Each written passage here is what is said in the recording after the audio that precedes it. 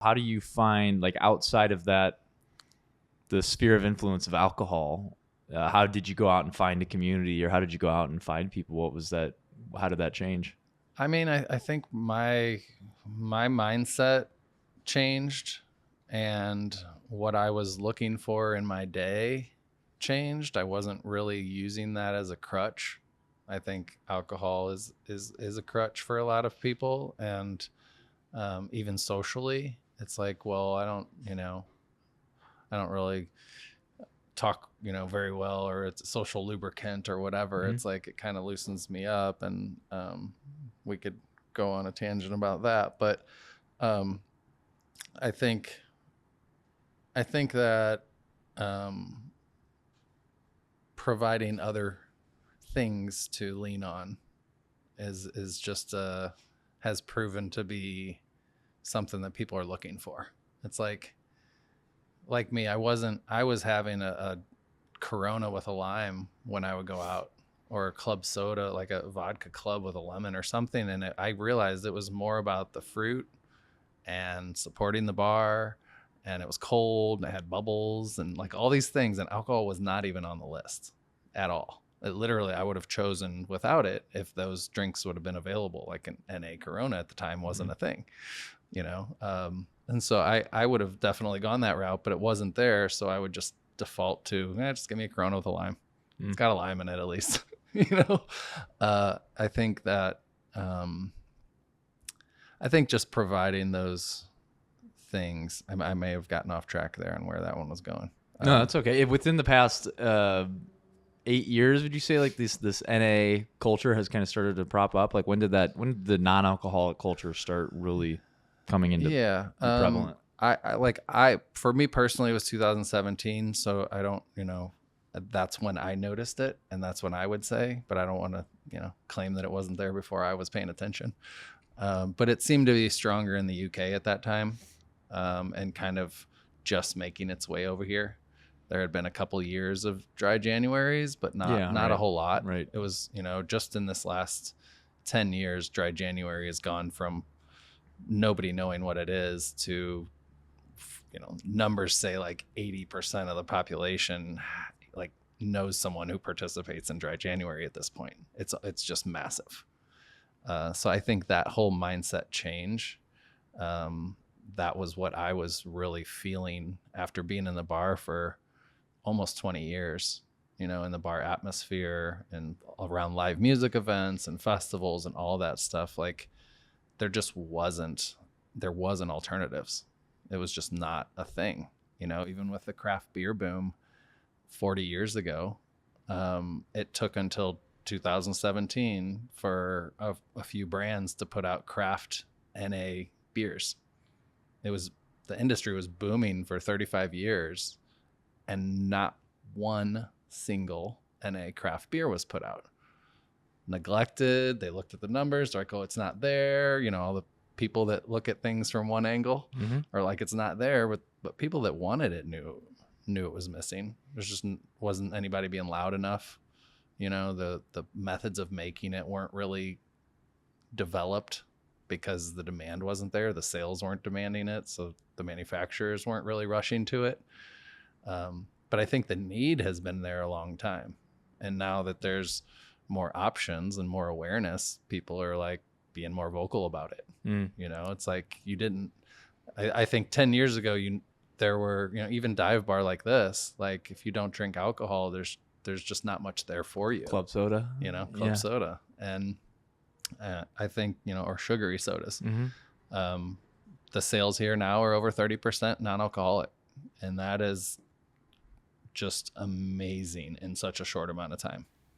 For bars not to really even be embracing non-alcohol, to it being 30% of a bar's sales, and that just the fact that that's a potential, if you focus on it and let your customers know that it's there and put some love into it, it's absolutely doable. And I think that percentage is just going to keep on growing. There's bars that are over 50. That's amazing. That's crazy. To be over 50% on a bar is probably like a number you would have never thought could even possibly exist. But I guarantee you either the owner or the bar managers are sober. And so it just changes their mindset. It's like it did with me in 2017. Like I did it personally and I was like, wait a second, there's so many more people out here that want this. And it did take me diving into it personally and, you know, and knowing that it's there. And I just haven't turned back since because I know how big the demand is. 100%. Is it, so do you think it's purely awareness, or like what's the cultural shift going on here that's getting people to be like, yeah, this is health. This is a good thing to be pursuing. I think it's a combination of the awareness of the consumers and the awareness of manufacturers, of the people creating products. I think I see it as both. Mm-hmm. It's hard to get consumers to embrace something before it exists. So there's this, you know, you need to put it out there in order for consumers to embrace it. So I think it's on the responsibility of the manufacturers to make changes, but without the numbers, that's hard to do. It's hard to put investment out there when you don't know what's going to happen. So, you know, I personally feel like I lived it and I know what's happening and I know what's coming. So our business is guided with that knowledge and experience. Yeah, I'm super excited, and I think this space is just going to continue to grow. It's not even close. I mean, there's so much. If you had to put a percentage to it, where do you think it's at right now as far as? There's just so much coming. I don't. All I can say is that when I see the projections by some of the, you know, most knowledgeable sources out there, they're projecting numbers like in 2029 and 2030 that I think are going to be here next year. I think it's way bigger than the numbers are even showing. And I'm in a space where not, you know, the mainstream isn't quite as aware or tapped into, you know, some of the trends that are happening, I guess. But I think overall, just the NA space is exploding, and then you add hemp on top of that, and mushrooms and other plants and plant magic in general. The whole functional beverage category it's going to change. People aren't going to think of it as alcohol and non-alcohol anymore. I feel like it's going to turn into a whole lot of different functions and feelings. So that's pretty exciting. What? Yeah, could you describe some of those? Like what? I mean, what are some benefits of a mushroom kind of mix or a CBD? I think you're going to see words like focus and sleep and relief. You know, those are the big ones that everybody's looking for. Relief could be your mood, could be physical. There's, you know, anxiety relief. There's things that beverages are gonna, I think it's such a convenient on the go, pre-measured, formulated, it's trustworthy. I know we can all go home and make our own concoctions, you know, but the idea of grabbing the can that you need that day for, or that hour for whatever it is, like I'm going to go study, I need this, you know, or I'm going to, you know, I need some energy. I need some focus. I need to relax. I think I often tell a story about my Uncle Ed, which may have talked to you about before, but you know, he takes a small drink of one of these THC beverages and he can read 400 pages in his book, he says.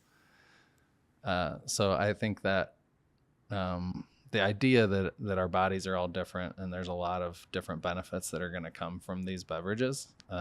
One person may just be in a good mood. Next person, it allows them to focus and read. The very next person might help them sleep and take a nap. And you're talking about the same drink for everybody.